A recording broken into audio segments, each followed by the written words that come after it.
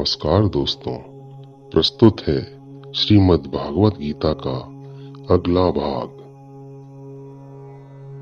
श्री भगवद गीता अध्याय 9 अथ नवमोऽध्यायः राज विद्या राज गुह्य योग। जय श्री कृष्ण। दोस्तों, जिसे योग मिल गया हो उसका ऐश्वर्य, उसका वैभव कैसा होता है, यही बात होगी इस अध्याय में।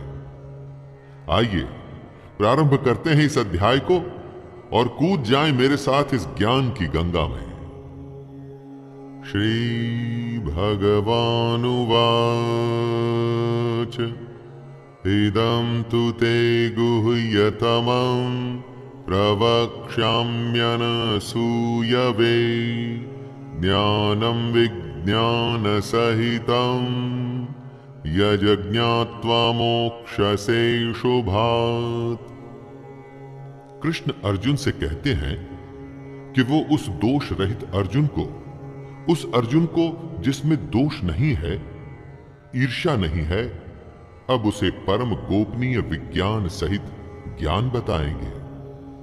मोस्ट सीक्रेट दोस्तों, विज्ञान सहित ज्ञान यानी कि ज्ञान को उसकी विशेषता के साथ बताएंगे भगवान।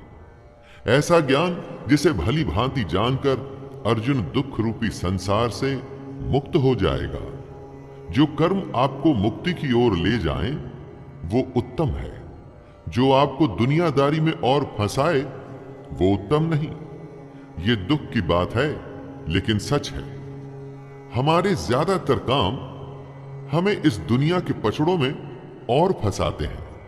ज्यादा पैसा, ज्यादा दोस्ती, ज्यादा रिश्तेदारी, ज्यादा द्वेष, इसी सब में तो हमेशा पड़े रहते हैं हम।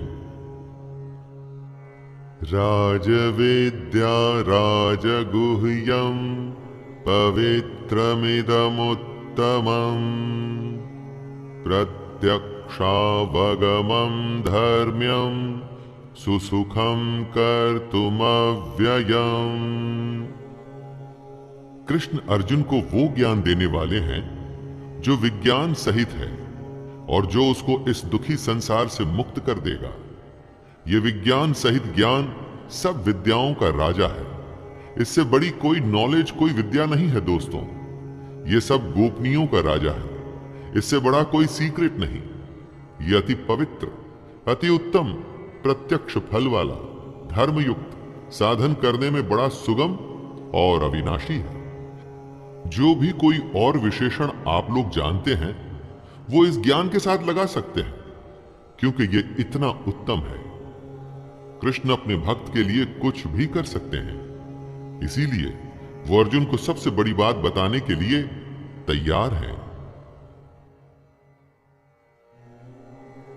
अश्रद्धानः पुरुषा धर्मस्यास्य परन्तप अप्राप्य मां निवर्तन्ते मृत्यु संसार वर्त्मनि। जिसके प्रति आपकी श्रद्धा नहीं, क्या उसे आप प्राप्त कर सकते हैं? श्रद्धा सबसे पहली जरूरत होती है दोस्तों। किसी भी चीज को हासिल करना हो तो श्रद्धा की बहुत आवश्यकता है, और श्रद्धा कभी झूठी नहीं हो सकती। या वो होती है या नहीं होती। इसे आप जबरदस्ती पैदा नहीं कर सकते। यही बात कृष्ण अर्जुन से समझाते हुए कह रहे हैं, हे परंतप, धर्म में श्रद्धा रहित पुरुष मुझको न प्राप्त होकर मृत्यु रूपी संसार चक्र में भ्रमण करते रहते हैं। जिन पुरुषों में धर्म के प्रति, कर्म के प्रति श्रद्धा नहीं है, वो कृष्ण को कभी प्राप्त नहीं होते, बस चक्कर काटते रहते हैं। दोस्तों, हमें खुद अपने जीवन के बारे में भी सोचना चाहिए कि क्या हम भी चक्कर काट रहे हैं। मया तत्मिदं सर्वं जगदव्यक्तमूर्तिना मतस्थानि सर्वभूतानि न चाहं तेष्वस्थितः। इस श्लोक में कृष्ण अपने और इस जगत के स्वरूप के बारे में बता रहे हैं। बड़ी ही कॉम्प्लिकेटेड बात है दोस्तों, आपको जरा ध्यान देना होगा। कृष्ण कहते हैं, मुझ निराकार परमात्मा से ये सब जगत जल से बर्फ के सदृश परिपूर्ण है और सब भूत मेरे अंतर्गत संकल्प के आधार स्थित हैं, किंतु वास्तव में मैं उनमें स्थित नहीं हूं। यहां पर कृष्ण कहना चाहते हैं कि उसके अव्यक्त स्वरूप में पूरा जगत व्याप्त है, लेकिन वो उसमें नहीं है। बर्फ जल से बनी होती है, बर्फ में और कुछ नहीं, सिर्फ जल है, लेकिन जल में बर्फ नहीं है। इस जगत का हर प्राणी कृष्ण में व्याप्त है, लेकिन कृष्ण उनमें नहीं है।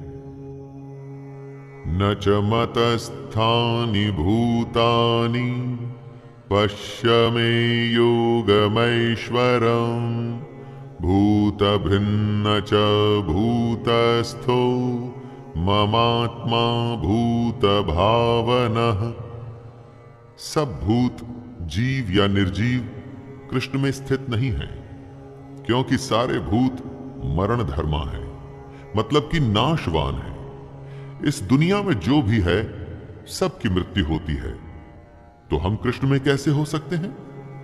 कृष्ण आगे कहते हैं कि मेरी ईश्वरीय योग शक्ति को देख कि भूतों का धारण पोषण करने वाली और भूतों को उत्पन्न करने वाली मेरी आत्मा वास्तव में भूतों में स्थित नहीं है। हमारा अस्तित्व कृष्ण से ही है, हमारी आत्मा में उसी परमात्मा का ही अंश है, लेकिन फिर भी वो हम में नहीं है। दोस्तों, यही उसकी योग शक्ति है। यथाकाश स्थितो नित्यं वायुः सर्वत्र गो महान् तथा सर्वाणि भूतानि मतस्थानित्युपधारय। जिस हवा को हम महसूस करते हैं, ये वायु आकाश की वजह से होती है और बिना किसी सहारे के भी ये आकाश में ही रहती है। ये वायु आकाश से अपनी उत्पत्ति होने के बावजूद भी उसको मलिन नहीं कर पाती। वैसे ही सारे भूत कृष्ण में व्याप्त हैं, लेकिन कभी भी वो कृष्ण को मलिन नहीं कर पाते। हम सब कृष्ण से हैं, कृष्ण हमसे नहीं। हम सब कृष्ण के संकल्प से ही पैदा हुए हैं, इसीलिए उन्हीं में स्थित हैं, लेकिन वो हम में नहीं है। ये योग का प्रभाव है दोस्तों, कृष्ण की योग शक्ति का कमाल है। जैसे वायु बिना किसी सहारे के आकाश में स्थित है, वैसे ही हम सब भी कृष्ण में स्थित हैं। सर्वभूतानि कौन्तेय प्रकृतिं यान्ति मामिकां कल्पक्षये पुनस्तानि कल्पादौ विसृजाम्यहम्। जब एक कल्प, एक एरा, एक दौर खत्म होता है, तो हम सब वापस से कृष्ण में चले जाते हैं। सुनिए वो क्या कहते हैं।